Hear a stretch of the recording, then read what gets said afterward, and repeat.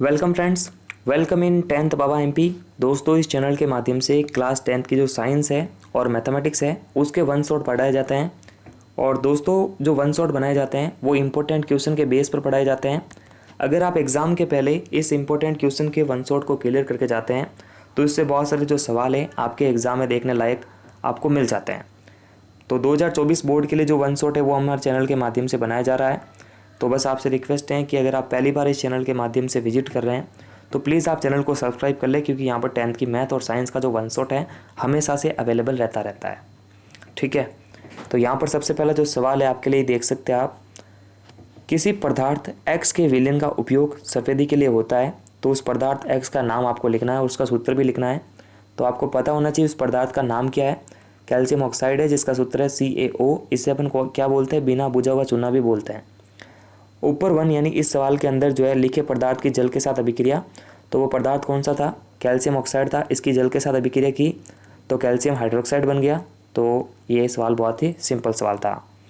उसके बाद देखिए यहाँ पर लिखा है कि जब लोहे की कील, ये लोहे नहीं है लोहा है, लोहे की कील को कॉपर सल्फेट के विलयन में डुबाया जाता है तो विलयन का रंग क्यों बदल जाता है। तो ऐसे जो सवाल होते हैं ना उसमें विस्थापन अभिक्रिया होती है। तो इसके लिए आपको जो है सक्रियता श्रेणी याद करनी पड़ेगी कि कौन सी धातु किस धातु से अधिक अभिक्रियाशील है। तो आपको पता होना चाहिए कि जो लोहा है वो कॉपर से काफ़ी हद तक अधिक क्रियाशील है। जो Fe है वो कॉपर से अधिक अभिक्रियाशील है। तो Fe जो है आराम से कॉपर सल्फेट से कॉपर को अलग कर सकता है और खुद उसके स्थान पे आ जाता है। देख सकते हैं आप इस प्रकार से। तो इसका मेन रीजन ये है कि वहाँ पर विस्थापन अभिक्रिया हो रही है, तो लो सल्फेट यानी फेरिक सल्फेट या फेरस सल्फेट का जो है निर्माण हो रहा है। रिएक्शन को जिस प्रकार से आप देख सकते हैं यहाँ पर, ये कॉपर सल्फेट ये फेरस रिएक्शन हुई तो Fe इसके स्थान पर चला गया और कॉपर जो है बिल्कुल अलग हो गया। नेक्स्ट सवाल है, निम्न अभिक्रियाओं के अंदर उपचयित और अपचयित पदार्थों की पहचान करनी है आपको। तो आपको पता है कि ऑक्सीजन जब जुड़ेगी तो उसे उपचयित बोल देंगे और ऑक्सीजन हट जाएगी तो उसे अपचयित बोल देंगे, या फिर हाइड्रोजन का जुड़ना घटना वो आपको पता है पहले तो, क्योंकि चैप्टर आपने पढ़ रखा है, अपन तो क्वेश्चन ही कर रहे हैं। तो यहाँ पर देखिए जो सोडियम है ना, यहाँ पे सोडियम के साथ में ऑक्सीजन जुड़ रहा है तो आराम से पता लग रहा है कि सोडियम का जो है यहाँ पर क्या हो रहा है, सोडियम ऑक्साइड में उपचयित हो रहा है सोडियम, क्योंकि ऑक्सीजन जुड़ रही है। तो अपन कह सकते हैं कि सोडियम में जो है उपचयित हो रहा है। और ये देखिए यहाँ पर देखिए कॉपर ऑक्साइड के अंदर, ये कॉपर ऑक्साइड के अंदर ये ऑक्सीजन हट रहा है और सामने जाकर कॉपर ही बन रहा है। मतलब अगर ऑक्सीजन हट रही है तो उसे अपन क्या बोलते हैं, उसे अपन अपचयित बोलते हैं। तो कॉपर ऑक्साइड के अंदर कॉपर का जो है क्या हो रहा है, अपचयन हो रहा है, ठीक है ना। जबकि हाइड्रोजन का देखो, हाइड्रोजन में ऑक्सीजन जोड़ रही है तो उसका क्या हो रहा है, उपचयन हो रहा है। तो इसको आप आराम से पता लगा सकते हैं, जब ऑक्सीजन जुड़ेगी तो उसे अपन उपचयन बोलेंगे या उपचयित बोलेंगे। तो वो पदार्थ कौन सा है, वो पदार्थ है सोडियम, जो कि सोडियम ऑक्साइड में उपचयित हो रहा है। यहाँ पर अपचयित पदार्थ का नाम क्या है, जिसमें ऑक्सीजन हट रही है। तो कॉपर ऑक्साइड का जो है यहाँ पर कॉपर में अपचयित होना और हाइड्रोजन का जल के अंदर जो है उपचयित होना हो गया। तो आराम से इसको समझ सकते हैं अपन, ये एक सिंपल सी बात है। नेक्स्ट सवाल है कि संतुलित रासायनिक समीकरण क्या होती है। संतुलित रासायनिक समीकरण क्या होती है और किसी भी रासायनिक समीकरण को संतुलित करना आवश्यक क्यों है। तो आपको पता होना चाहिए कि जब अभिकारक और उत्पाद दोनों तरफ के जो प्रत्येक तत्व के परमाणुओं की संख्या है अगर समान होती है तो उसे अपन क्या बोलते हैं, संतुलित रासायनिक समीकरण बोलते हैं। इसे आवश्यक क्यों है करना, ताकि ये द्रव्यमान संरक्षण के नियम को संतुष्ट कर सके। सिंपल है, ज़्यादा कोई भारी नहीं है, ये बहुत ही इंपॉर्टेंट क्वेश्चन है। ऐसे क्वेश्चन काफ़ी हद तक देखे जा सकते हैं। अब देखिए यहाँ पर जो है बैलेंस करना पड़ता है। तो देखिए बैलेंस करने के लिए आपको जो थोड़ी सी मैच्योरिटी बनानी पड़ेगी। जितनी ज़्यादा प्रैक्टिस करते हैं ऑटोमेटिक जो है मैच्योरिटी बन जाती है। तो यहाँ पर पहला सवाल आप देख सकते हैं और इसके सामने जो इसके आंसर यहाँ पर लिख रखे, तो आप कंपेरिजन करके इसको सीख सकते हैं खुद से ही। जैसे एक एग्जाम्पल कर लेते हैं, उसके बाद सारे एग्जाम्पल आप कर सकते हैं आराम से। और कुछ रिएक्शन ऐसी होती है जो ऑटोमेटिक जो है पहले से ही बैलेंस्ड होती है, बस आपको उलझाने के लिए वापस पूछ ली जाती है। जैसे ये देखो, ये रिएक्शन है ना, ये पहले से बैलेंस है, ठीक है। तो यहाँ पर आप देखिए इस वाले उदाहरण को थोड़ा समझते हैं। पहला जो उदाहरण है ना, HNO3 कैल्शियम हाइड्रोक्साइड, ये जो भी बन रहा है कैल्शियम नाइट्रेट। तो यहाँ पर आप देखो लेफ्ट हैंड साइड के अंदर यानी जो अभिकारक के अंदर है और उत्पाद के अंदर है, तो यहाँ पर देखो इधर हाइड्रोजन कितने आप खुद देख सकते हैं यहाँ पर कि अपन 2 गुणांक यहाँ पे लगा रहे हैं और इधर भी अपन 2 गुणांक लगा रहे हैं। क्यों लगा रहे हैं, क्योंकि देखो हाइड्रोजन और नाइट्रोजन की जो संख्या है वो दोनों और बैलेंस करनी है अपने को। ये जो NO3 होल थ्राइस है, इसका मतलब क्या है, NO3 जो है 2 बार है, तो अपन ये जो 2 बार है अपन इसके कारण जो यहाँ पर क्या लगाते हैं, 2 लगाते हैं। इस 2 के लगाने से क्या होता है कि 2 यहाँ पर हाइड्रोजन हो जाती है, और साथ ही साथ जो है 2 हाइड्रोजन यहाँ होने के साथ साथ जो है 2 हाइड्रोजन यहाँ पर भी हो जाती है। क्योंकि देखो होल थ्राइस के अंदर होता क्या है, जैसे कोई चीज़ होल थ्राइस के अंदर है ना, तो इसका मतलब है कि 2 बार ऑक्सीजन है और 2 बार हाइड्रोजन है, तो इसका मतलब 2 बार हाइड्रोजन तो यहाँ पर पड़ा है और 1-2 बार हाइड्रोजन यहाँ पर भी पड़ा है, तो इसका मतलब 2 और 2 कितने हो गए, 4 हाइड्रोजन अभिकारक के पास हो गए। तो लेफ्ट हैंड साइड के अंदर जो उत्पाद है उसमें भी जो है हाइड्रोजन कितने होने चाहिए, 4 होने चाहिए। तो इसका तो एक ही तरीका है, अपन इधर क्या लगाएंगे, 2 का गुणांक लगा देंगे, तो जैसा कि यहाँ पर लगा हुआ है। तो बस थोड़ी सी प्रैक्टिस करनी पड़ती है, जितनी ज़्यादा आप प्रैक्टिस करेंगे तो ऑटोमेटिक जो है आपके अंदर एक मैच्योरिटी आ जाएगी और आप इस सवाल को खुद से ही कर सकते हैं। बस थोड़ा सा ध्यान रखना पड़ता है होल थ्राइस के अंदर, होल ट्वाइस के अंदर, तो वहाँ पर थोड़ा ध्यान रखो कि कितने जो है तत्व इधर है, कितने तत्वों के परमाणु की संख्या इधर कितनी है, उधर कितनी है। तो जितने ज़्यादा जो प्रैक्टिस करोगे आप, ऑटोमेटिक जो है ये आपके अंदर एक मैच्योरिटी बना देगा। उसी प्रकार जो अगला क्वेश्चन है वो भी कुछ ऐसा ही है, इसमें भी जो है आपको अभिक्रियाओं को संतुलित करना है। लेकिन यहाँ पर क्या है कि पहले एक शब्द समीकरण दे रखी है, इस शब्द समीकरण को जो है आपको पहले सूत्रों में बदलना पड़ता है, तो कुछ सूत्र आपको याद करने पड़ेंगे, है कि नहीं। जैसे कैल्शियम हाइड्रोक्साइड है जिसका सूत्र CaOH होल ट्वाइस है, बाकी तो आपको आते ही हैं, कार्बन डाइऑक्साइड, कैल्शियम कार्बोनेट वगैरह वगैरह। तो कुछ सूत्र आपको याद करने पड़ेंगे और सूत्र याद करने के बाद भी जो है बहुत सारी समीकरण ऐसी होगी जो ऑलरेडी क्या होगी, संतुलित होगी। कुछ संतुलित होनी होती है, कुछ संतुलित ऑलरेडी होती है। जैसे यहाँ पर देखो सिल्वर नाइट्रेट का जो यहाँ पर थोड़ी सी मिसप्रिंटिंग है, यहाँ पर छोटा सा 3 नीचे होना चाहिए था। तो अब आप लेफ्ट हैंड साइड और राइट हैंड साइड के अंदर देख सकते हैं कि कौन सी चीज़ क्या बराबर है। जैसे जिंक और सिल्वर नाइट्रेट है, जिंक नाइट्रेट बन रहा है और सिल्वर बन रहा है, तो आप देख सकते हैं किस और कौन कौन से तत्व है। तो मैंने आपको ऊपर भी बताया था, इसके पहले जो सवाल था उसके अंदर क्या बताया था मैंने आपको कि कभी भी ऐसे होल थ्राइस हो, जैसे NO3 है और होल ट्वाइस है, तो इसका मतलब क्या है कि NO3 का जो ग्रुप है ना वो 2 है, तो यहाँ पर भी NO3 था, तो इसके आगे हमने क्या लगाया, 2 का गुणांक लगाया इस प्रकार से, और जैसे ही 2 का गुणांक लगाया तो क्या हो गया, 2 यहाँ पर सिल्वर हो गया। तो 2 सिल्वर अगर अभिकारक के पास होगा तो 2 सिल्वर उत्पाद के पास भी होना चाहिए। तो देखो हमने यहाँ पर भी क्या लगा दिया, 2 लगा दिया। बाकी जिंक तो 1 यहाँ पर है ही है। तो कुछ आपको मैच्योरिटी बनानी पड़ेगी, कुछ सूत्र आपको याद करने पड़ेंगे, तो आप खुद से ही जो है इन सवालों को कीजिए, क्योंकि इस सवाल का कोई इलाज नहीं है, आपको प्रैक्टिस करनी पड़ेगी बस। नेक्स्ट सवाल लेते हैं।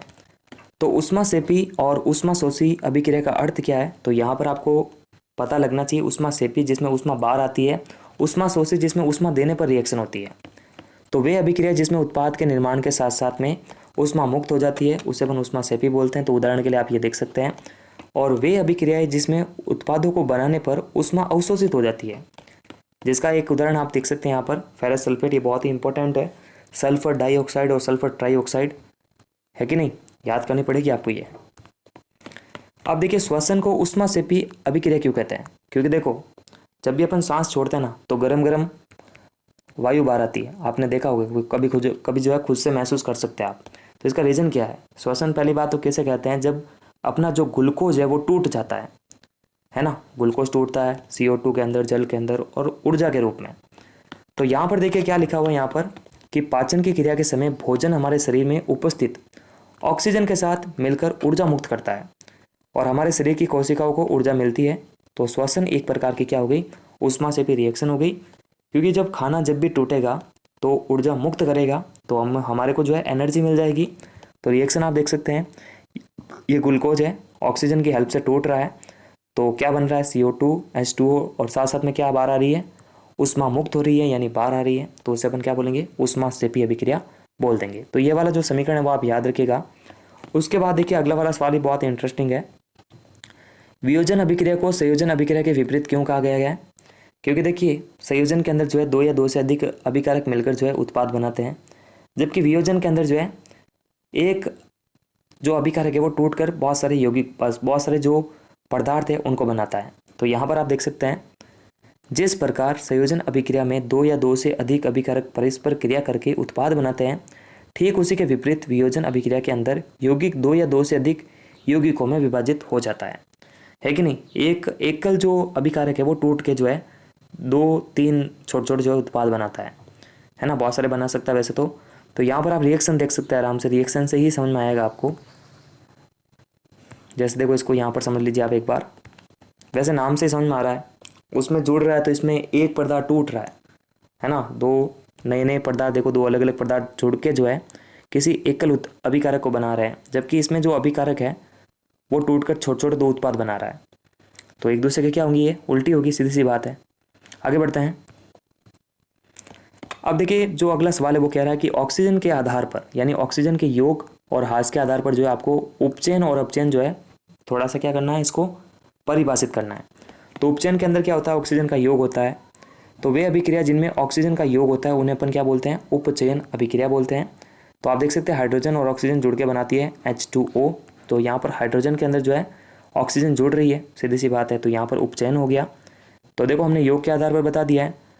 वे अभिक्रिया जिनमें ऑक्सीजन का ह्रास होता है उसे अपन क्या बोलते हैं, उसे अपन बोलते हैं अपचयन अभिक्रिया।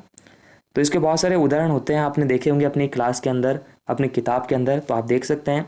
और अगर दोनों ये शामिल जो अभिक्रिया होती है उसको अपन क्या बोलते हैं, अपन रेडॉक्स अभिक्रिया बोलते हैं। तो इसके जो कुछ उदाहरण हैं आप खुद भी खोजने का प्रयास कीजिए, क्योंकि सारे उदाहरण अगर मैं आपको वन शॉट में बता दूंगा तो आप खुद से क्या पढ़ेंगे। बस आपका बेस जो है क्लियर होना चाहिए, क्योंकि ऐसे सवाल बनते हैं। अब जो अगला सवाल है वो क्या कह रहा है कि लोहे की वस्तुओं को हम पेंट क्यों करते हैं, क्योंकि आपको पता है कि जो लोहे की वस्तु होती है उनमें जंग लग जाता है। तो उस जंग से बचाने के लिए जो है हम उसको पेंट करते हैं, ताकि हवा और नमी के संपर्क में आए ही नहीं सीधे और कुछ भी रिएक्शन ना हो। तो आपको पता है इसको विज्ञान में अपन संसरण बोलते हैं।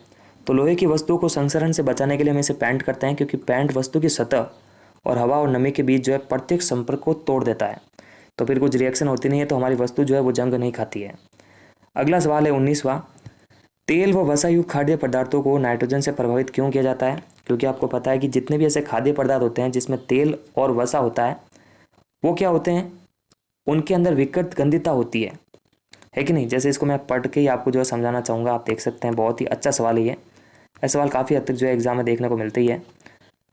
तो यहाँ पर देखिए, तेल और वसा युक्त खाद्य पदार्थों को क्षतिग्रस्त होने से बचाने के लिए उन्हें नाइट्रोजन से युक्त किया जाता है। जब ऐसे पदार्थ हवा के संपर्क में आते हैं तो उपचयित हो जाते हैं, और उपचयित होकर क्या करते हैं, विकृत गंधित हो जाते हैं, और उनके गंध और स्वाद में जो है बदलाव भी आ जाता है।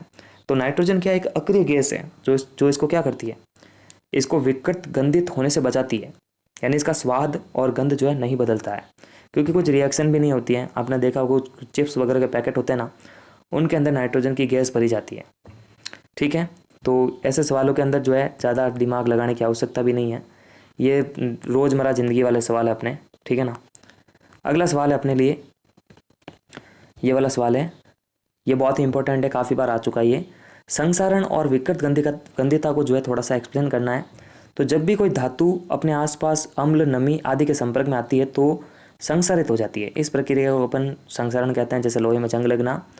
विकृत गंधिता का मतलब है कि उपचयित होने पर तेल व वसा युक्त पदार्थ जो है वो विकृत गंधित हो जाते हैं, उनके स्वाद और गंध बदल जाते हैं। इस प्रक्रिया को अपन क्या बोलते हैं, विकृत गंधिता बोलते हैं। जैसे तेल व वसा युक्त जो पदार्थ हैं वो विकृत गंधित हो जाते हैं।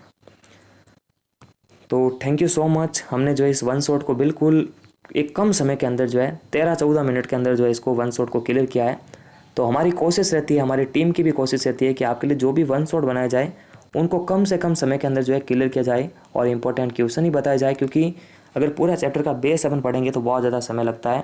आप किसी और चैनल के माध्यम से भी पढ़ सकते हैं, लेकिन हमारी कोशिश रहती है कि हम आपका कम समय बर्बाद करते हुए, क्योंकि टाइम बहुत इंपॉर्टेंट है दोस्तों, कम समय के अंदर सारे इंपॉर्टेंट क्वेश्चन मैं आपको बता दूं और उनसे जो सारे सवाल है वो एग्जाम में देखने को भी मिल जाते हैं। तो धन्यवाद दोस्तों, thanks for watching. Vande Mataram, जय हिंद, जय भारत।